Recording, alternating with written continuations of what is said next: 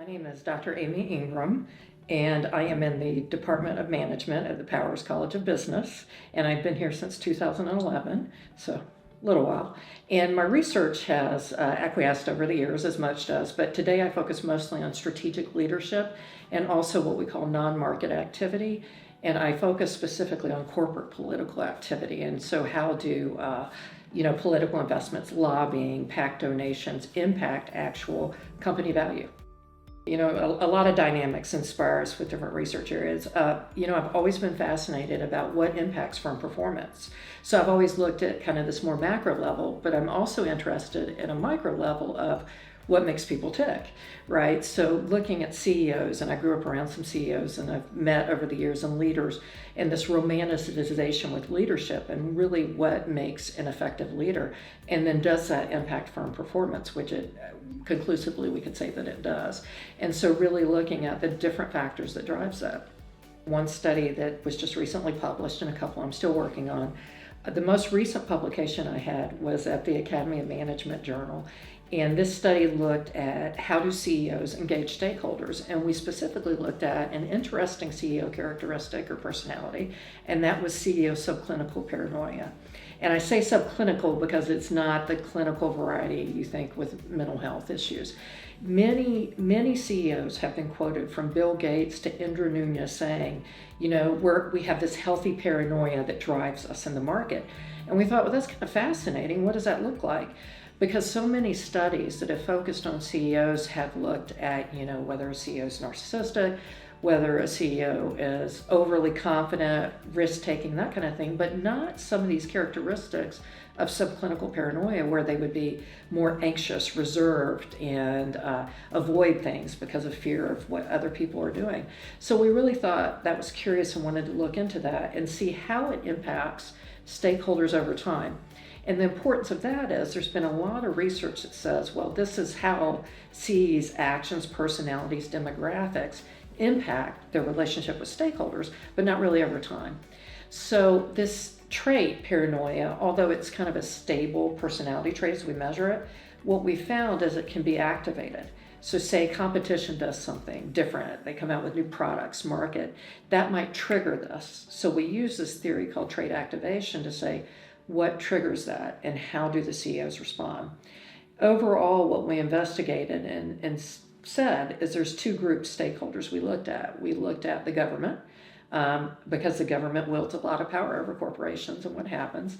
And then we looked at competitors. So there's a vast array of many other stakeholders you could look at. But these two predominantly are on the foreface with companies, so that's why we investigated them.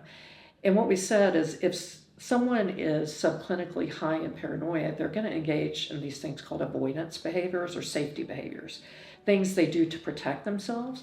And so one of them being avoidance. And typically, if someone is high on subclinical paranoia, they're going to avoid that thing they think could potentially harm them in some way. Or the other action they'll take is the opposite. They'll become aggressive. If the avoidance doesn't work and it's triggered by something, then they're going to go head on at this, whoever the person, place, situation is. So in our case, we said, with government, what we think is if a CEO is higher in paranoia, they're less likely to engage in things like PACs and lobbying donations because they want to avoid that entity, right? So we tested that, which has never been looked at. And then we said basically the same with competitors. They're going to avoid going head to head with the competitors. And we found for the government, it was definitely true. We did not find significance for the competitors. However, what we found later is then that subclinical paranoia is activated. So if they realize that, the attempt in avoiding the government didn't work and didn't give us that safety that we wanted and we were seeking, we're going to then turn and become aggressive. That's our next behavior. And then we're going to do even way more lobbying or way more whatever political activity we're engaging in. And with competitors, we're going to go head in, whether it's lawsuits, marketing, more product space, whatever it is.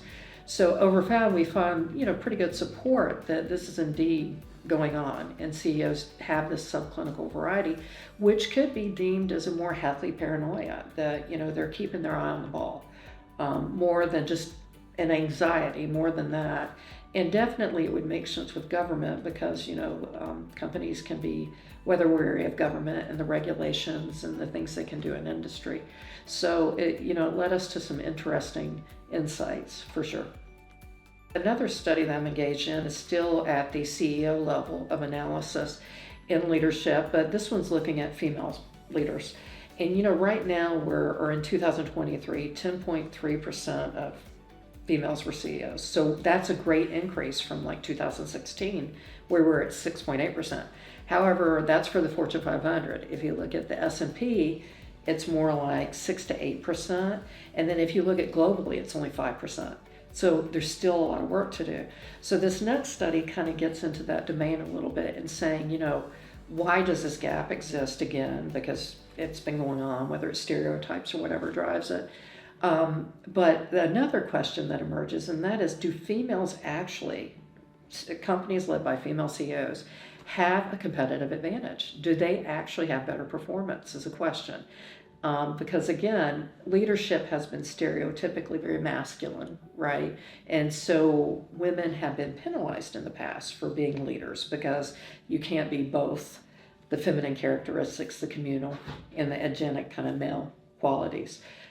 So these female CEOs have to face this double bind. And what we found in a fairly large context of earnings calls and looking at how women speak is that women do adopt some what we would call agenic male characteristics. And when they do so, they outperform men in the marketplace. Those companies are absolutely outperforming. So ironically, we find that women do have this female leadership advantage. But the irony is it's still that they might not be acknowledging their authentic leadership style, in that what we tested is women converged the way they spoke to become this more masculine kind of self-promoting, where women historically are very much what we would call ingratiators, where we are more humble as women about our accomplishments, right? Instead of, maybe bragging about what we did, where men more typically self-promote themselves. So we looked at this self-promotion language and found women would start out in indeed this more communal context. But as there were more male executives on the call and they were surrounded by more men, they would increasingly have this more self-promotive kind of language to themselves and to investors. And this impacted how the analysts view them, and then ultimately how the marketplace, and we look at cumulative abnormal returns to see how the market responds to them. And there was definitely a positive response for these females that took on this different type of language. So there's a lot of implications of that study. It could be good and bad societal implications. Women do definitely have that advantage. So we were the first large-scale study to ever show that this advantage exists. Up to this, they've looked at the perceptions of performance, where we actually show there is a different performance advantage for women. So we know that exists, but the question is then how can women be authentically genuine to themselves and still have that advantage? The Powers College of Business has supported me in numerous ways. The additional resources that they have given us has enabled me to get access to some of the data that I didn't have before that because of lack of resources. And that is just huge, right, to have access to the data. It's also allowed me to take my research and take it into the classroom as well, too, right? And talk to students about leadership and how they want to present themselves to be effective leaders in a very hyper-competitive environment. So it's given me some more time as well, too. So definitely the resource side. And then beyond that, just the morale support that I get from faculty. And then even when students here, one student raised their hand and said, "I read that you're this Powers Distinguished Fellow. What does that mean?" And so I got into that with them and said, it definitely just holds up our research and also our service activity and our teaching activity. And it gives us the resources to allow us to have some more time to engage in this research that I would hope to say is high impact research that then we bring into the classroom and help students. So it's just been a huge support. I think, there's multiple ways it impacts the state. When you let's talk about even the entrepreneurships and women, there are subsidies the states give, right, for minority-owned businesses. And us highlighting this and also highlighting ways that we can help women and other entrepreneurs navigate this landscape, right? It helps statewide entrepreneurship, and we can see the rates of female businesses are increasing all the time. Also, females are starting to overcome that hurdle of what we call just being micro businesses, where they had less than, say, $250,000 in sales, to being the businesses equivalent with a lot of the male businesses as well, too, due to this becoming, people in industry acknowledging that this exists, these divide exists, what they're going to do about it, and what programs we can put in place at the state level even. So I think it's impacted a lot. Actually, I've got a pipeline of future research. I love my research on CEOs, so we'll continue on that. And I love my research looking at gender and the why this gender divide exists. But more than that, because we have a good idea of why this exists, but how can females proactively, and minorities, become more engaged? And how can we see more leaders that are minorities, right, on the S&P, on the Fortune 5, that are representative, because 50% of management are women. So why are not more in those roles, right?